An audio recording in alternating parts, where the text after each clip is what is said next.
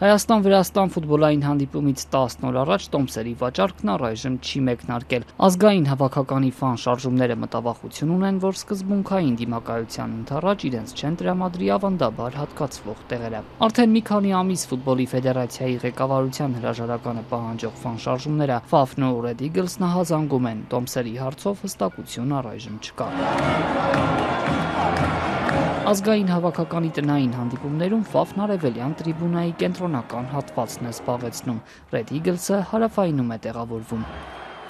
Ի տարբերություն մարզադաշտ այցելող մյուս ֆուտբոլասերների ֆան շարժումներն ավելի կազմակերպված են երկրպագում։ Բացականչությունները, երգերը նախապես մշակվում են ու հանդիպումների ամբողջ ընթացքում չեն լռում։ Հայաստանում UEFA-ի թղթակից Մհեր Խուդավերդյանը, որը Faf-ի անդամների հետ մշտական կապի մեջ է, բացատրում է, թե ինչպես է սովորաբար տեղի ունենում այս գործընթացը։ Տոմսերը այնպես չէ, որ ուղղակի նվեր են տրվում ֆան շարժումներին, այլ որոշակի զեղչով վաճառվել են եւ առանձին ձևով են վաճառվել, այսինքն իրեն բաց վաճառք որպես այդպեսին չի կազմակերպվել եւ կայքում անհասանելի են այդ տեղերը եղել այլ ֆուտբոլասերների համար։ Ազգերի լիգայի շրջանակում Հայաստանի հավաքականը Վազգեն Սարգսյանի անվան հանրապետական մարզադաշտում Վրաստանի ընտրանում կընդունի մարտի 20-ին։ 3 օր անց թիմերն արդեն Թբիլիսիում ուժերը կչափեն։ Կովկասյան դերբիի նժարին այս մրցաշարի B դիվիզիոնի ուղեգիրն է։ Երկու խաղերի արդյունքում հաղթողը հաջորդ մրցաշրջանը կարգով ավելի բարձր B դիվիզիոնում կսկսի։ Ֆուտբոլի ֆեդերացիայի կայքում տոմսերի վաճառքի փոխարեն պարզապես գրված է շուտով։ Այնինչ վերջին շրջանում ազգային թիմի հանդիպումների տոմսերը ավելի վաղ էին հանվում վաճառքի։ Անցած սեպտեմբերին կայացած Հայաստան-Լատվիա խաղի տոմսերը հնարավոր էր ձեռք բերել հուլիսին։ Դեռ չկա անգամ ինֆորմացիա, թե երբ է նախատեսվում սկսել տոմսերի վաճառքը, ինչը իրենից ենթադրում է, որ ինչ-որ process է գնում այս մասով, դեռ չեն կարողանում որոշում կայացնել, թե ինչ պետք է արվի, երկրպագուների ավանդական տեղերը արդյոք տրվելու են երկրպագուներին, բացվելու է երկրպագուների համար վաճառքը, թե ոչ։ Արդյոք տոմսերի վաճառքի ուշացումը կապ ունի վերջին շրջանում ֆեդերացիայի ղեկավարության հրաժարականի երկրպագուների պահանջի հետ։ Այս հարցի պատասխանը ստանալ չհաջողվեց։ Ազատությանն ամբողջ օրվա ընթացքում չհաջողվեց նրանց հետ կապ հաստատել։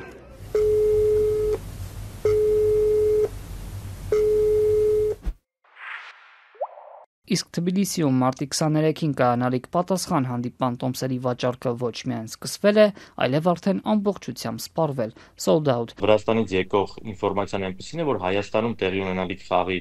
ամբողջ հյուրերի սեկցիան շուրջ 900 տոմս արդեն տրվել է վրացական կողմին եւ նաեւ հյուրերի սեկցիայի կողքին գտնվող մոտ 1500 տեղ է տրվել վրացիներին։ Այս ինֆորմացիան պաշտոնապես ոչ մի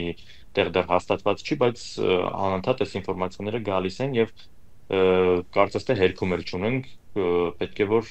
դա համապատասխանի իրականությանը։ Երկրպագուներն անհանգիստ են, եթե ֆան շարժումների ավանդական տեղերը չհատկացվեն, գուցե ստացվի այնպես, որ Երևանում ավելի շատ վրացի երկրպագուների ձայները լսվեն։ Նրանց թիվը կարող է զգալի լինել։ Տարիներ առաջ ակումբային ֆուտբոլում մի այսպիսի աղմկոտ դեպք եղել է, երբ կատալոնական Բարսելոնայի հարկի տակ Ֆրանկֆուրտի Այնտրախտի հետ կայացած հանդիպմանը գերմանացի երկրպագուների ձայներ գերիշխում։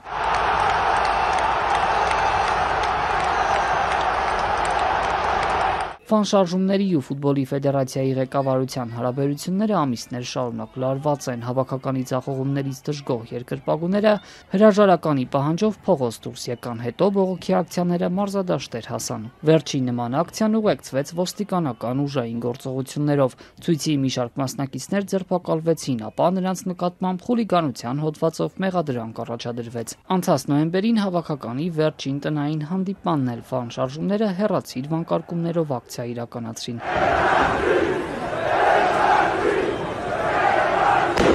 Ֆեդերացիան վերջերս հիշեցրեց այս դեպքերն ու հայտարարեց, թե մեջբերեմ երկրպագուների որոշ խմբերի պահվածքի հետևանքով Հայաստանում UEFA-ի միջազգային բարձր չափանիշներին համապատասխանող միակ մարզադաշտը գտնվում է UEFA-ի հատուկ մոնիթորինգի տակ եւ եթե միջադեպը կրկնվի, մարզադաշտը կարող է որակազրկվել։